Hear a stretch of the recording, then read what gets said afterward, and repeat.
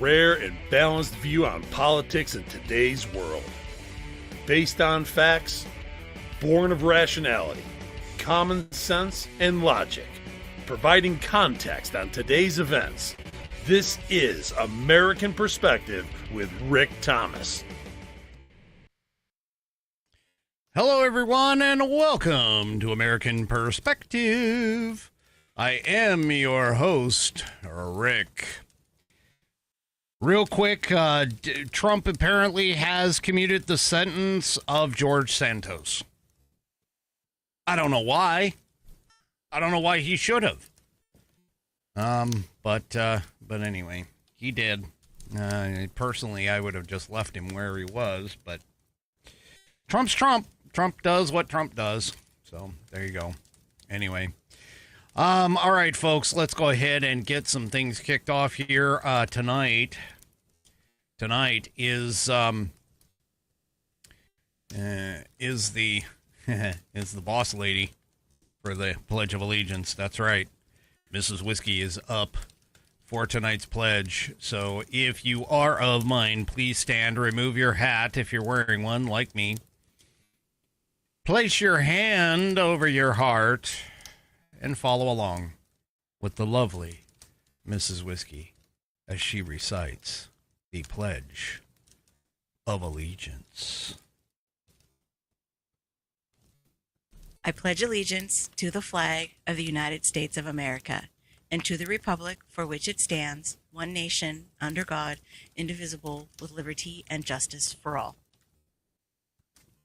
And, of course, I thank my beautiful bride for that wonderful rendition of the pledge. If you would like to hear your rendition of the pledge played here on the program, all you need to do is record yourself performing the pledge in your style, reciting it, whatever you want to do. Take that audio file, video file, whatever kind of file, and send it off to me. Send it to fans, F-A-N-S, at AmericanPerspective.online. That's fans, F-A-N-S, at AmericanPerspective.online. And, of course, I will get you into the rotation. That was number 20. I would like to get 21 and 22, because I like even numbers. So 21 and 22 would be perfect. If you haven't done it yet, haven't done it so far, if you do it on the phone, you can hit share. And you can hit share, and that'll give you the opportunity to send it off to me. Send it to fans, F-A-N-S, at AmericanPerspective.online.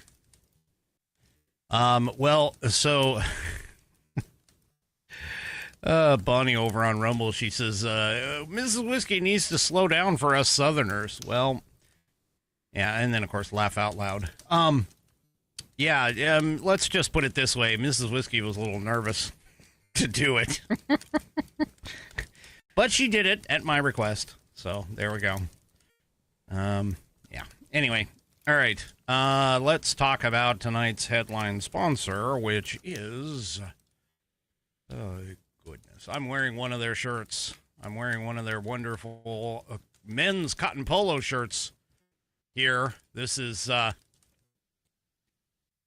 fantastic. Theflagshirt.com. That's right. Theflagshirt.com is where you can go to get all these patriotic gears. That's right, patriotic stuff that go along with, the good old red, white, and blue. Hey, they have patriotic styles for fall up right now, and you can get, like, the half zip or the three-quarter zip, whatever you want to call it. Look at that fantastically sharp American flag-themed sweatshirt or three-quarter zip sweatshirt.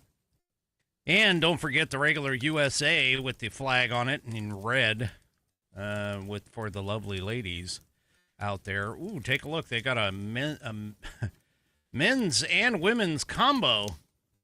Look at that. That's right there. And this, you can see my cursor running over it. It's the American flag themed. Men's and women's, they look the same. But you can go and check it out. Men's, women's, made in the USA, kids, accessories in all of the red, white, and blue. And there you go. So go head on over to theflagshirt.com, theflagshirt.com, and you can pick all of that up. And if you order $75 or more of their product, they will give you free shipping, like they always do. But I know not everybody wants to do $75 or more of product. Sometimes you just want to buy just the one item that you need, the singular one item that you need. And so what I suggest you do in that case, head on over to flagshirt.americanperspective.online. That's flagshirt.americanperspective.online. And you will be presented with a coupon code that you can copy and paste into the promo code box at checkout at theflagshirt.com. And you will receive a $5 off coupon. That's the $5 off. So you'll receive $5 off your order. Once again, head over to flagshirt.americanperspective.online. You'll be presented with a coupon code. Copy and paste that coupon code into the promo box at checkout at theflagshirt.com. And you should receive $5 off your order. Go to theflagshirt.com and get yourself patriotized. All right. Well, a bunch of Dems got on stage last night. And, well, there was one token Republican. But anyway, we'll get to that more in just a minute. But first, the remains of the last female Hamas hostage and IDF soldier were handed over to Israel. Inbar Hyman, or Hayman, I don't know how it's pronounced, was killed at the Nova Festival during the October 7th attacks, and her body is now back from it. The IDF said its intelligence indicated that Hayman was murdered at the Nova Festival and that her body was taken into Gaza. She was declared deceased on December 15th, 2023. Hayman was 27 years old at the time of her death. She is survived by her parents and her brother. Yeah, so there you go. The Hayman family released a statement after her body was publicly identified. It says, "This is a feeling that cannot be described, joy mingled with profound sadness. Now Inbar will receive the rest and honor she so deeply deserves.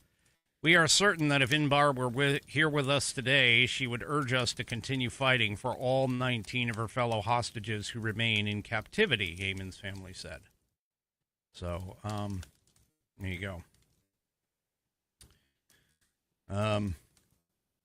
So she, yeah.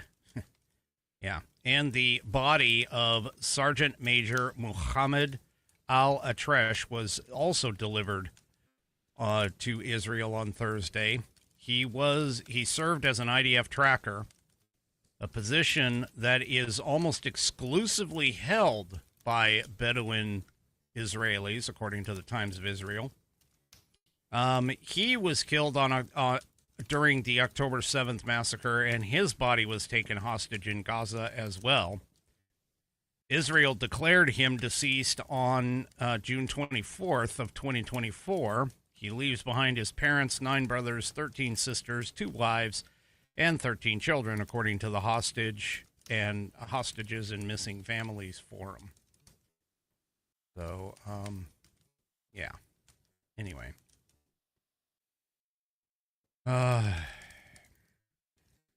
Some very nasty and dirty business over there. Well, the Soros Foundation. Oh, I don't know if anybody has heard yet, but there's supposed to be some sort of a stupid-ass protest this weekend, and I say stupid-ass because, let's be honest, there's no kings in America. There never has been since 1776, and there won't ever be as long as the Constitution stands strong. Regardless of what these idiots seem to think, Trump is not going to be a king. He doesn't want to be a king. He has no interest in it.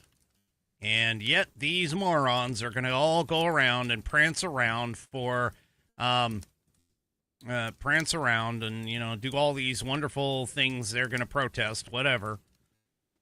And, well, here in the Northwest, or here in the upper or Pacific Northwest, Western Washington area, they're supposed to get rained on, which will be awesome. But that being said, these idiots are running around. I have seen just all kinds of posts everywhere. They are all running around trying to say, oh, yeah, no kings, no kings, no kings. Well, great. You guys are morons because, again, we haven't had a king in 249 years. So, I don't know. Anybody who's protesting or runs out to protest this is got to be a complete, utter, stupid moron. So, yeah. Anyway. So, all of that being said, it is Soros foundations that are helping fund the anti-Trump No Kings protest nationwide. Yeah, these are basically organized by Soros, funded by Soros, and maybe a few others. But these are all these foundations that are being done for it. Particularly the Open Society Foundation, for an example. In 2023, as an example, the foundation, through the Open Society Action Fund, issued a 2-year grant of $3 million to the Indivisible organization. The grant was supposed to support the grantees' social welfare activities, according to the Open Society Foundation's website. Indivisible is managing data and communications with participants for the No Kings protests that will be taking place across the country and in Washington. So, yeah. According to Open Society Foundation's website, Soros has given away more than $32 billion of his personal fortune to the foundations. His son Alex serves as chairman of the board for it.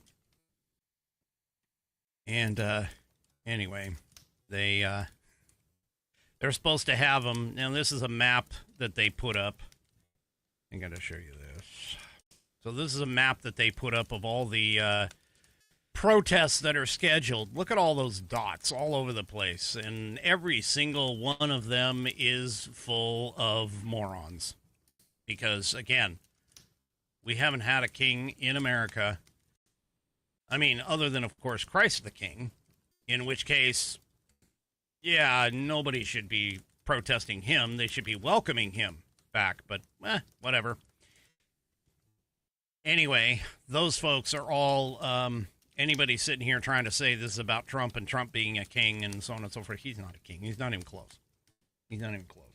And in fact, some idiot over on Facebook has been attempting to try and tell me that Trump has crossed the Constitution. Yet, when I asked specifically, name the article and section that Trump has violated, and the only thing that she could come up with had something to do with the appropriations of money, which is under the Congress, and Trump is not appropriating any money from Congress. He's redirecting it because he has, the impoundments ability to redirect it if it's not necessary for whatever is being used. And the courts have sort of supported that for the longest time. So, again, I'm just like, where did he violate the Constitution? He hasn't. He hasn't violated the Constitution at all. And, again, like I said, he is the most, constitutional president that we've had in modern American history at this point. So, anyway, well, the good news comes out of Trump and the IRS. Trump has launched a major IRS overhaul that is going to start targeting these Soros-linked political fundings. Yeah. Remember that time? I remember the time when Obama went after the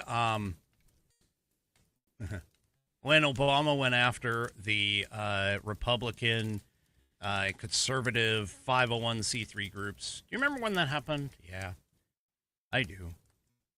I remember the Biden administration going after funds and or go after conservative groups and churches and things of that nature too. So Trump is saying, you know what? You guys started it. We're going to go and take a look at some of these Soros funding, especially Soros funding of terrorist groups like Antifa. Yeah. So President Trump has directed a sweeping overhaul of the Internal Revenue Service with interim IRS Commissioner Scott Bessent and senior advisor Gary Shapley spearheading a restructuring effort that includes new investigative priorities and leadership changes. Now, for those of you that don't recognize those two names, obviously Scott Bessent is the Treasury Secretary, and Gary Shapley, he is the whistleblower that came forward, or he's one of the whistleblowers that came forward with regards to none other than Hunter Biden. So very, very good choices, I think, there. So the move comes as the agency operates with reduced staff due to the ongoing government shutdown and follows the removal of former Commissioner Billy Long in August after a policy dispute over taxpayer data. According to officials familiar with the matter, Shapley has been tasked with identifying individuals and entities who may face criminal scrutiny over potential political and financial misconduct. Among those reportedly being reviewed is billionaire Democratic donor George Soros, whose Open Society Foundation remains one of the world's largest funders of progressive causes. So, yeah. Looking in to see if maybe there's some nefariousness going on there. Of course, why not? Why wouldn't you? Because you should. He's the president of the United States. Come on. He is enforcing the law the way that he's supposed to. You know, that thing that's like written down and everybody's supposed to, adhere to, follow, work within. That thing? Yeah. Mm-hmm. Totally. All right. Well, the press isn't happy. I don't really care. But the press is not happy. They are not happy over the fact that, well, the Pentagon is no longer going to be their open book anymore. Several liberal reporters have cleaned out their offices at the Pentagon. They've basically been booted from the building.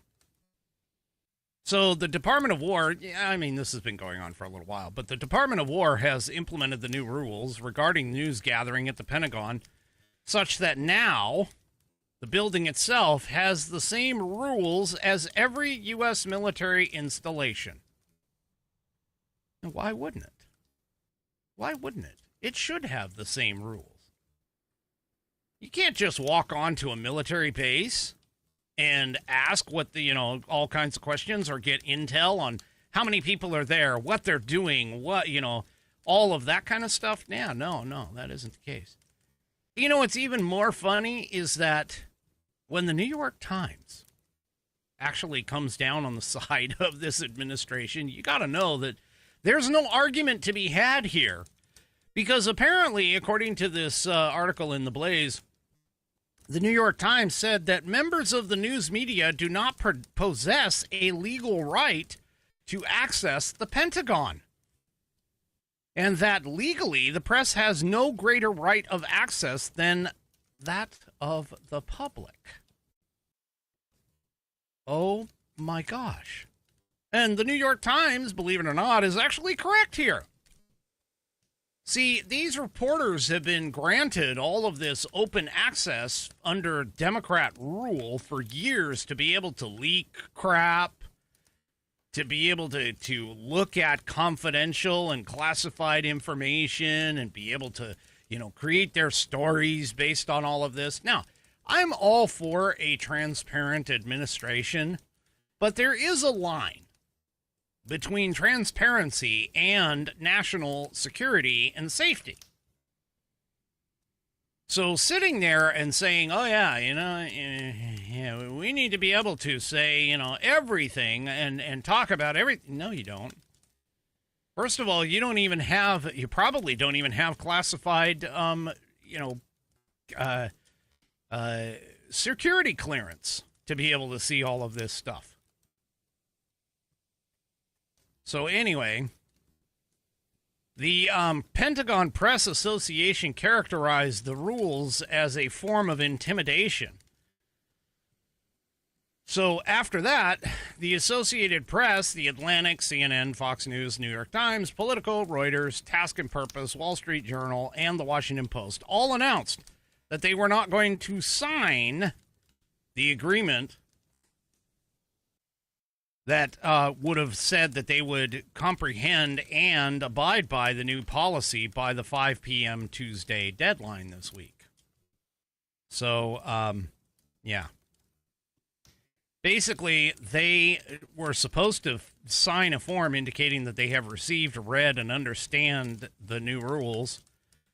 And they apparently all kind of thought that the Department of War was going to buckle in the face of their protest. Yeah, that didn't happen. They packed them up and kicked them out. Anyway, yep. Hegseth gave several select publications the virtual wave goodbye. They confiscated the badges of the Pentagon reporters from virtually every major media organization in America, and they kicked them out. The Pentagon Press Association said October 15, 2025 is a dark day for press freedom that raises concerns about a weakening U.S. commitment to transparency in governance, to public accountability at the Pentagon, and to free speech for all. Yeah, except there's only one problem. Once again, you do not have the press. The press does not have free and unfettered access to all of the government. I'm sorry, they just don't. It's no different than the people. I mean, the government is answerable to we the people, but we don't have the right to just walk up to the White House or the Pentagon or anything else and just say, hey, I'm a taxpayer. I get to come in here. I can go into sensitive areas, classified information, classified, areas and things like that. I mean, if that were the case, Area 51 wouldn't be guarded like it is. Or was, I should say. I don't know. It may still be. I have no idea. But anyway, the point being here is that, of course, these gaggle of reporters, they went and turned in their press credentials and vacated their Pentagon workspaces. Yay! Anyway, one of the reporters from an independent outlet that covers the military told the Columbia Journalism Review, it's like college move-out day.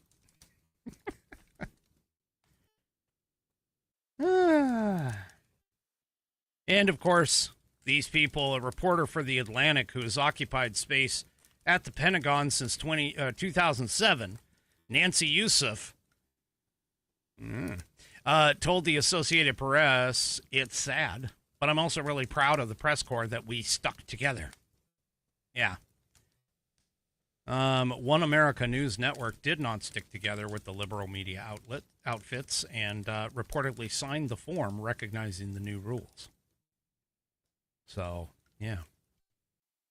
I mean, essentially, the new rules were basically that reporters can no longer roam freely throughout the halls of the Pentagon.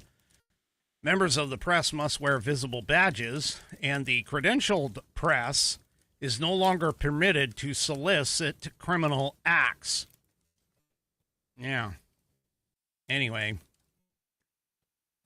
Yeah, so, yeah, this is just another one of the press whining over the crap that they, thought that they had control over and control of when they don't. The Constitution guarantees a free press from government interference, but it does not guarantee that the press will have full unfettered access to that same government. So I don't know where these people got off the idea that they could just roam the halls of Pentagon at any time. Oh, I know how, because the Biden administration and possibly the Obama administration before them just kind of let it happen. And maybe even the Trump administration might have let it happen just because it happened to be, oh, yeah, that's the status quo. And, well, Hegseth is from the press and knows about the press and probably the underhanded and dirty things that the liberal press do to try and gain a story or manipulate a story or whatever. And so, yeah, he decided to cut that and nip that in the bud. All right, folks, let's talk for a second about this extremely wonderful elixir. The elixir of the morning. That's right. It's called coffee. I have my 16-ounce coffee mug that I have every single morning. I had one this morning. I'll have one tomorrow morning. And it is filled with that wonderful, dark chocolate brown liquid known as coffee. And if you still haven't tried 1775 coffee, now here's your shot. The 1775 starter kit just dropped. It's been around for a little bit, but they have a limited number of kits available. You really got to get in on this, I'm telling you. You'll get the bold dark roast that hits hard. You'll get the smooth medium roast. And you'll also be able to try the Vitality Mushroom Coffee for clean energy and laser focus with no crash. All of that is included in the kit. And they are all single origin, small batch, toxin-free, and mold-free. Plus, you're also going to receive my personal favorite, the gold spoon clip, because freedom isn't scooped with plastic. You'll also be receiving a frother strong enough to stir up your coffee and your mother-in-law's opinions. You'll also be receiving a black 1775 tumbler. It's $170 worth of coffee and gear, yours for just $99. This is for the ones who have been watching 1775 coffee blow up on Rumble and wondering if it actually is worth it. Spoiler alert, it is. Go to the number's 1775coffee.com/studio. That's 1775coffee.com/ which for those of you that don't know, that's your question mark key. Studio, STUDIO, and grab your starter kit before they're gone. Bold beans, clean fuel, and a morning routine that stands for something, just like Rumble does. Go to 1775coffee.com/studio and grab your starter kit today. All right. Well, the New York City mayoral debate occurred last night. 3 men took the stage. There's 3 weeks left to go until their election day for that. And, yeah, let's just say the 3 candidates. Look, and I'm going to be honest with you, these 3, and the only reason why I'm really talking about this is because of the fact you have Zohran Mamdani on the stage. The fact that a known, clear Marxist, socialist, let's just say moron, is standing on the stage, even with other moron Democrats like Cuomo, is just enough for me to sit here and look at this and go, what the hell's happened to our America where these socialist Marxists are getting this kind of airtime? And he's not just getting the airtime, he is actually the leader in this race. Like, where have we gone as a country, knowing that capitalism and the American values, principles and values, are staunchly set on the opposite side of the coin from the socialist Marxist morons that this guy, who's being touted as the potential next face of the Democrat Party, how is he even on the stage here? I mean, Curtis Silva, who is the Republican candidate, is even lower in terms of stature than this guy is. And Curtis Silva is, again, a Republican. I mean, it should be, a Democrat and a Republican, and then, this other guy. And what it is Cuomo as an independent, Silva as a Republican, and this idiot who is up there and wants to, change New York City into a socialist hellscape. All right. Well, here's some of the topics that they talked about. Yeah. Here we go. First of all, they discussed standing up to Trump. Yeah, that's right. Standing up to Trump. So they were essentially asked, which candidate would be best equipped to handle Donald Trump and his numerous threats to New York City. Ma'am Danny, of course, said, yep, he'll stand up to Trump. Cuomo said he would, and actually has, as a governor. So there you go. Silva said they're both posturing as tough guys, asserting that there's high levels of testosterone in this room. I don't know if that was quite the zinger that he wanted to try and send, but yeah. Anyway.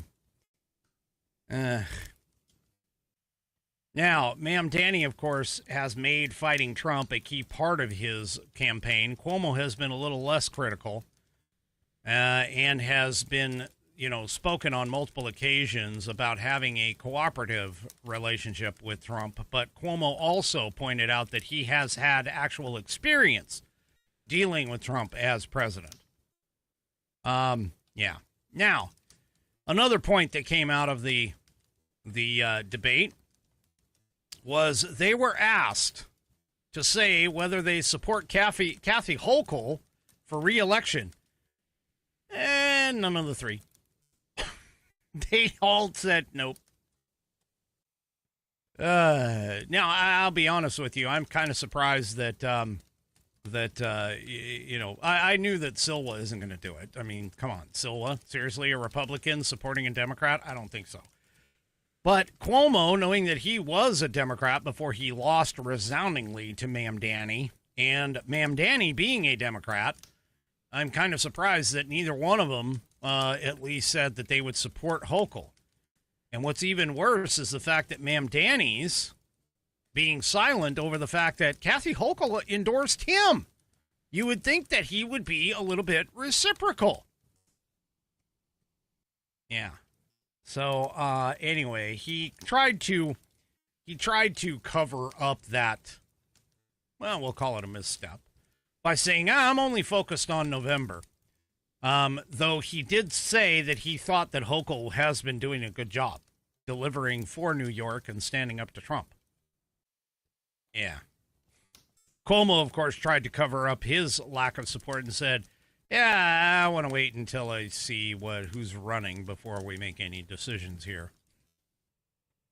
Well, because of Cuomo's past and his past activities, again, he used to be up there in the gubernatorial mansion. He also has somewhat of a more of a past that needs to get covered, in particular about his cooperation in putting elderly patients back into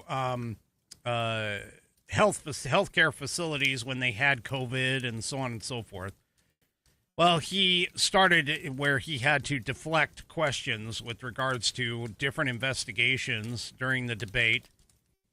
The allegations against him of sexual harassment, he said, were unfounded.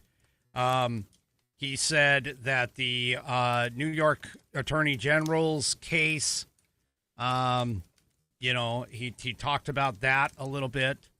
Back to his sexual harassment thing, he was basically said it was a political report. There was no basis to it, where the Letitia James found in 2021 that he had sexually harassed 11 women.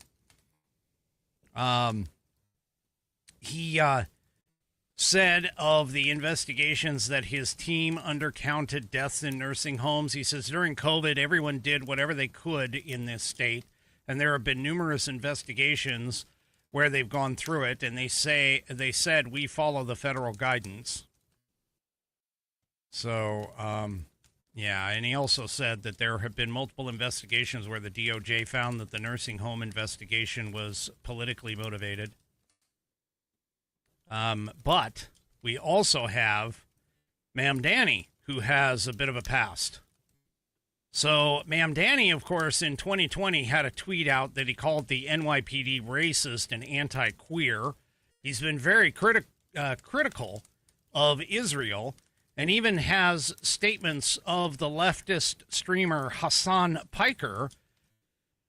He is definitely in support of Hamas. But he did try to cover up his anti-Semitic viewpoints by saying, yeah, I do have, again and again and again, I recognize Israel's right to exist. Yeah. So anyway, he also was asked about Hamas's belief about laying down their arms, and he said, of course I believe that they should lay down their arms, but yeah, well, he hasn't been that supportive in the past either. He didn't explicitly say that, by the way, when he was in an interview about the Gaza ceasefire, but yet on the debate stage he said yes, they should lay down their arms. Yeah, I don't think so. Anyway, the one moderate, which is kind of interesting, was that Silva actually ended up staying kind of in the middle between the two. And, yeah, he had plenty of jabs and criticisms for Mandani. He went the other way to go up against Cuomo. In fact, one of his spiciest ones against Cuomo was that he said, I knew Mario Cuomo. Andrew Cuomo, you are no Mario Cuomo. And, of course, Andrew Cuomo Andrew Cuomo is Mario Cuomo's son. So, anyway. Yeah, one thing about Curtis Silva is he is the founder of the Guardian Angels. And he tried to distinguish himself from his opponents. Well, I don't know.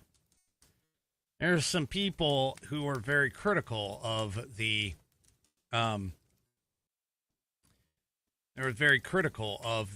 debates. This article in Daily Wire titled, "The New York City Mayoral Debate Wasn't About New York City." And that's a problem. You're right. And there were a lot of zingers, but there really wasn't a lot of talk about New York City and what they were going to do about that.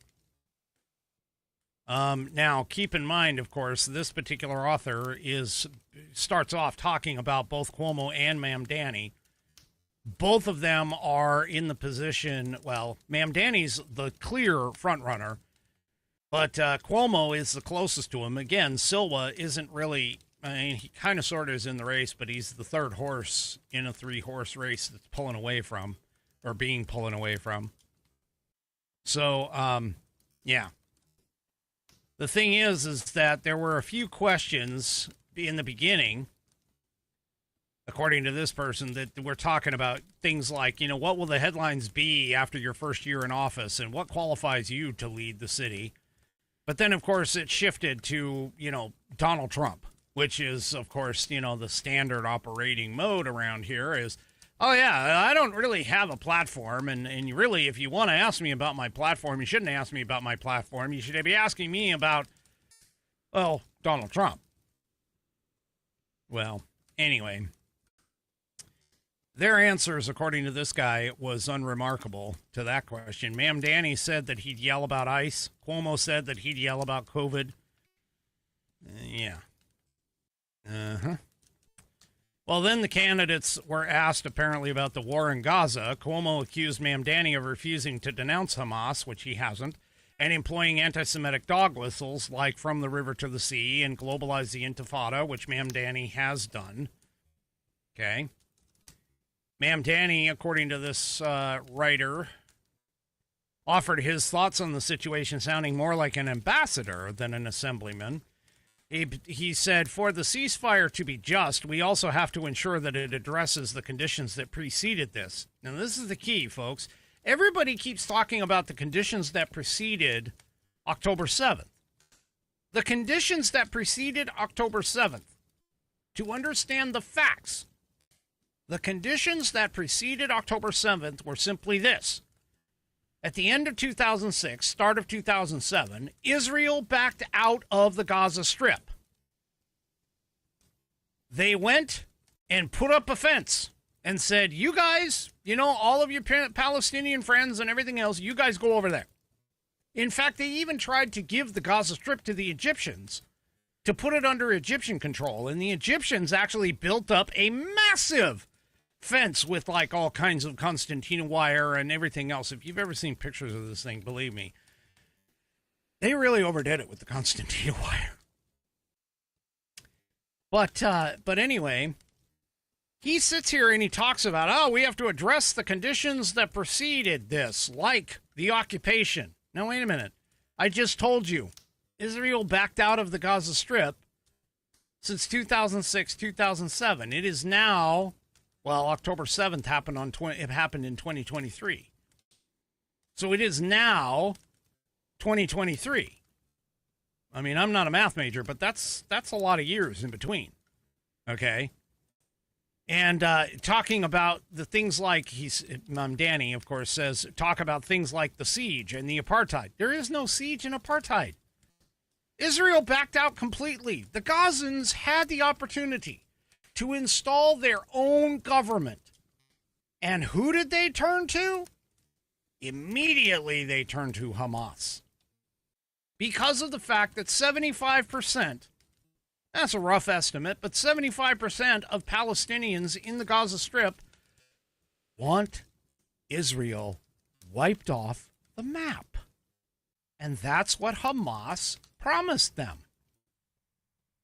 So, folks, don't sit here and tell me that the Gazans were, they've been oppressed by Israel and so on and so forth. No, they had the opportunity. They squandered it. They squandered it. They didn't bother to stand up to Hamas. And you know what's even happening right now?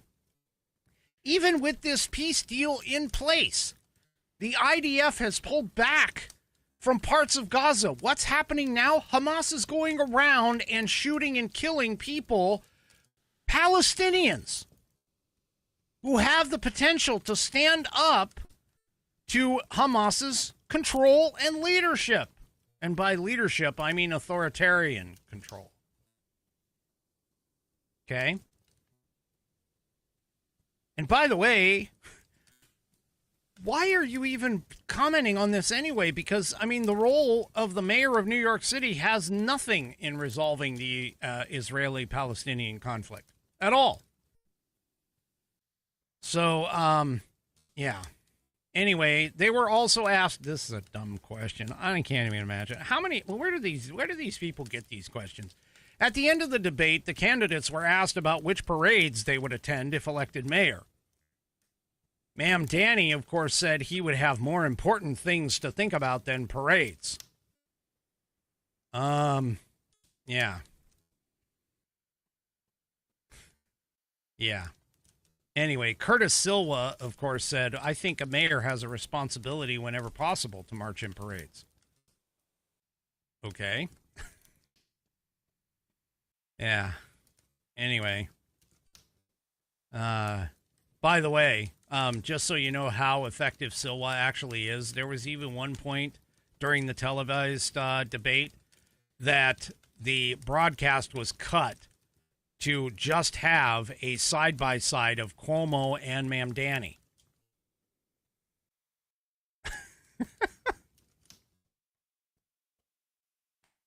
Yeah. Anyway. Let's just say they were not,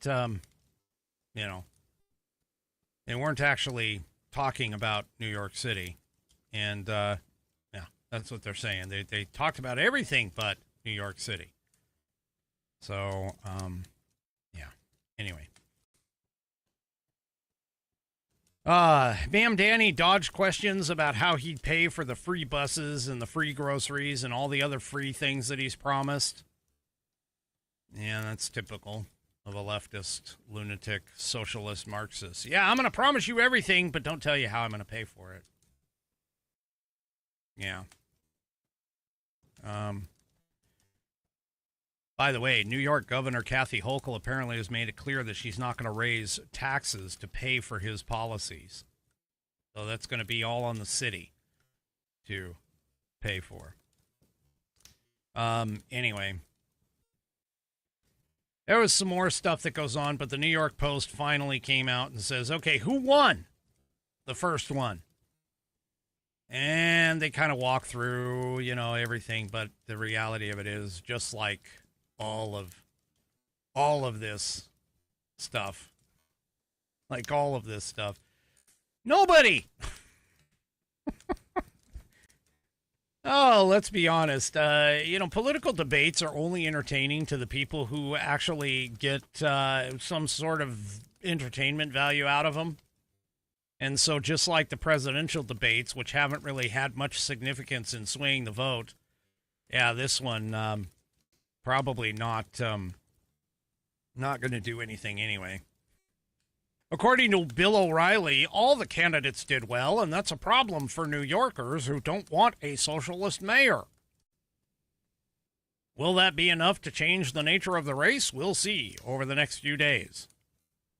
Marist University Institute for Public Opinion Director Lee Minningoff also said, I did not conclude from this debate any major shift in voter sentiment. He goes, there was no aha moment. Fox News poll released just before the debate started showing Ma'am Danny breaking 50% for the first time in the contentious race so far. The Democratic Socialist, greed Marxist, garnered 52% of likely voters, with Cuomo and Silva trailing at 28 and 14, respectively. One of the veteran Democratic strategist Bill Cunningham's main takeaway was that Mamdani held his own and that Silva himself had a strong performance. But he also said, I don't think it'll have much impact unless the 10% of that sort of undecided starts to drift towards him, but that's still not enough to elect the mayor. Yeah, there you go. So... he also added, I don't think Ma'am Danny lost any of his supporters, and I don't think Cuomo landed any punches that shook the race up. Republican strategist Rob Ryan gave props to Cuomo for showing off his experience. He said he was well-rehearsed, Cuomo was well-rehearsed and did his best to be affable, which is exceedingly hard for Cuomo to do. Yeah. But anyway... The Post panelists highlighted Ma'am Danny's ability to remain message disciplined and came back to his core message of affordability throughout the slugfest. And Democratic operative Ken Friedman said, whether you like it or not, or whether or not you like what he has to say about Israel, Hamas, cops, gifted and talented school children, private property rights, higher taxes, or legalized prostitution, Ma'am Danny has maintained message discipline and control about the city's unaffordability. And he says that's what wins elections. Longtime political strategist Andrew Kurtzman also said that while Mamdani has vulnerabilities on issues that should make him an easy target, his generationally good communication skills prevented him from taking any major hits.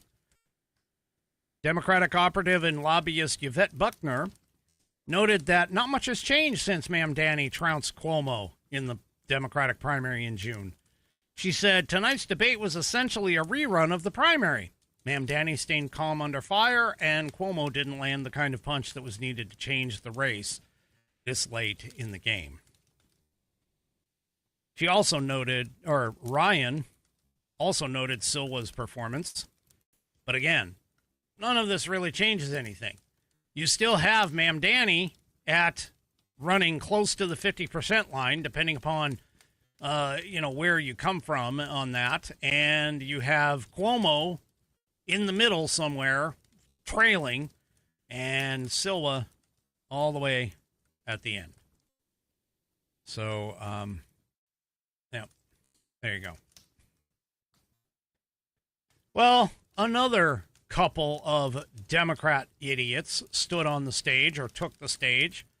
AOC and, of course, AOC and Bernie Sanders, they've been doing a lot of these, what are they, Fight the Millionaires or something like that, tour.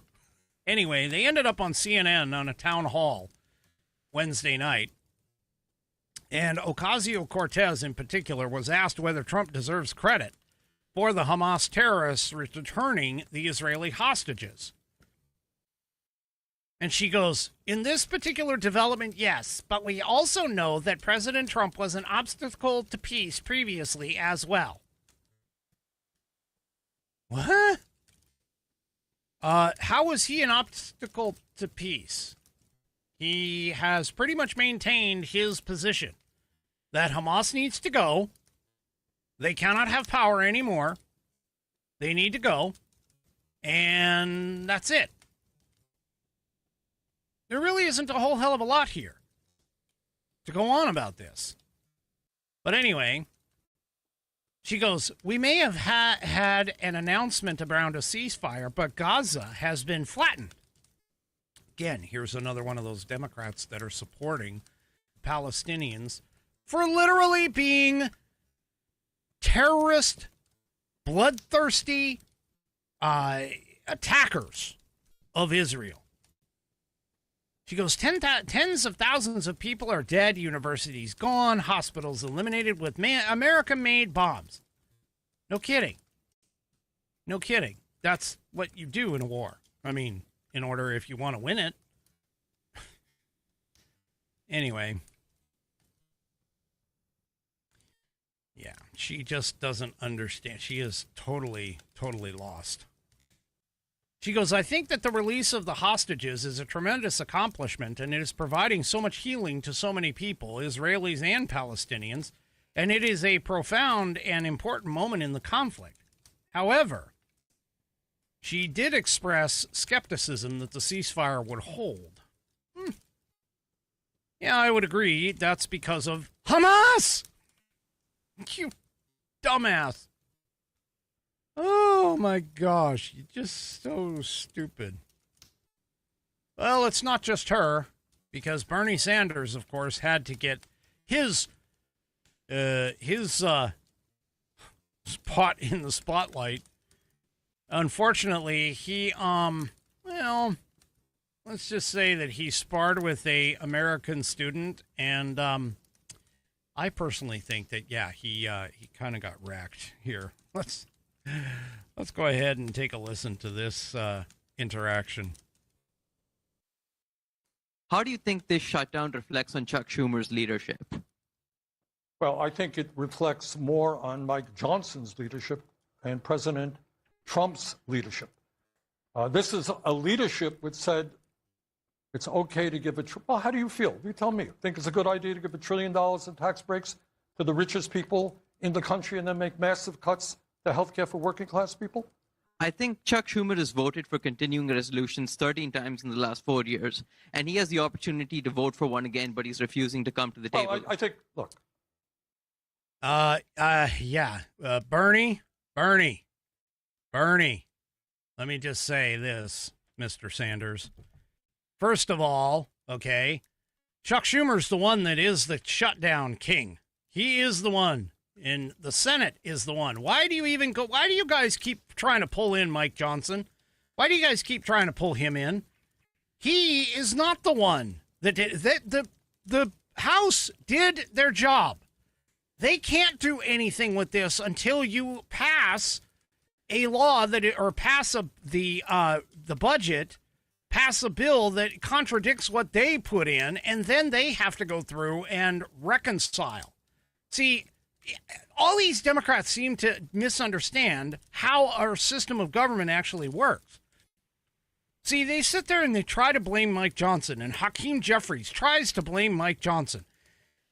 It's not Mike Johnson's problem. The House did their job already. They passed a bill. They sent it over to the Senate. The Senate now has to either pass it or change it. If they change it, it goes back to the House for a reconciliatory vote. That's how our system of government works. These people don't understand the Constitution and how these things happen back and forth. They just don't. And this is part of the reason why you have dumbasses like him standing up there and saying things like, $1 trillion for the richest people of America. Folks, have you noticed that Bernie Sanders has changed his wordage or verbiage on that? Oh, he's been consistent, tax the rich. But it's gradually been moved up as he goes, because first it was for tax the millionaires. Now, because he's a millionaire, it's tax the billionaires. And it's a bit of a problem. Total bit of a problem here. These people are just so damn dumb. I can't even imagine how they can even get into Congress. I really don't. I really don't know. And well, Don Lemon, in our final thoughts here, Don Lemon is now calling for an insurrection. He literally is calling for a full definition of an insurrection. He is now calling for that. Here, crazy, Don Lemon is now calling on people to arm themselves against ICE. Yeah. He's now calling for people to arm themselves. Let's take a listen really quick. Black people, brown people of all stripes, whether you're an Indian American or a Mexican American or whoever you are, go out in your place where you live and get a gun legally, get a license to carry legally.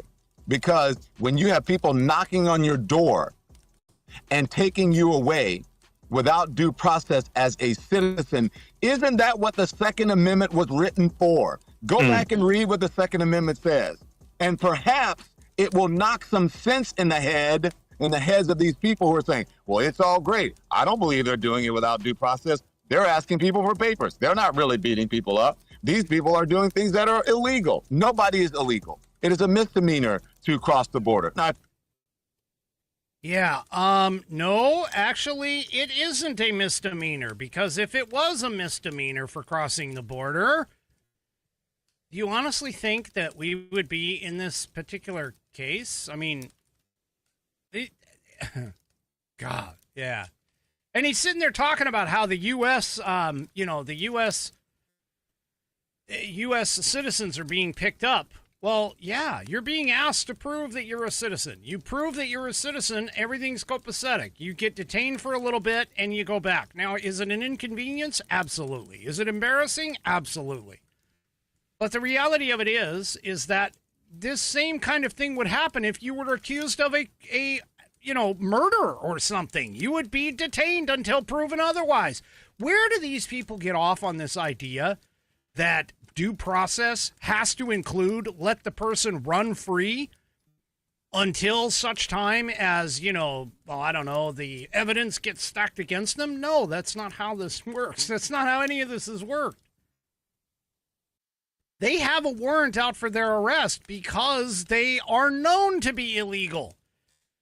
And if you get picked up and you prove that you're not the one who, let's talk about criminality or criminal behavior, didn't steal it, didn't kill somebody, didn't do whatever.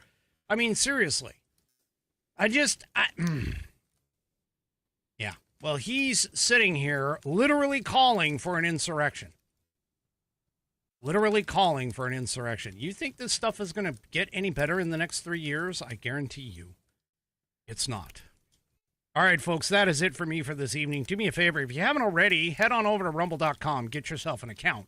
It is free. And once you are signed up and signed in, make sure that you search up the American Perspective channel and hit that green follow button to get notified every time that I go live. Also, too, don't forget to hit those thumbs up, thumbs downs, or, of course, the thumb sideways if you're 3 Chevy for across all of my platforms, whether it is X, YouTube, Facebook, and, of course, the aforementioned Rumble.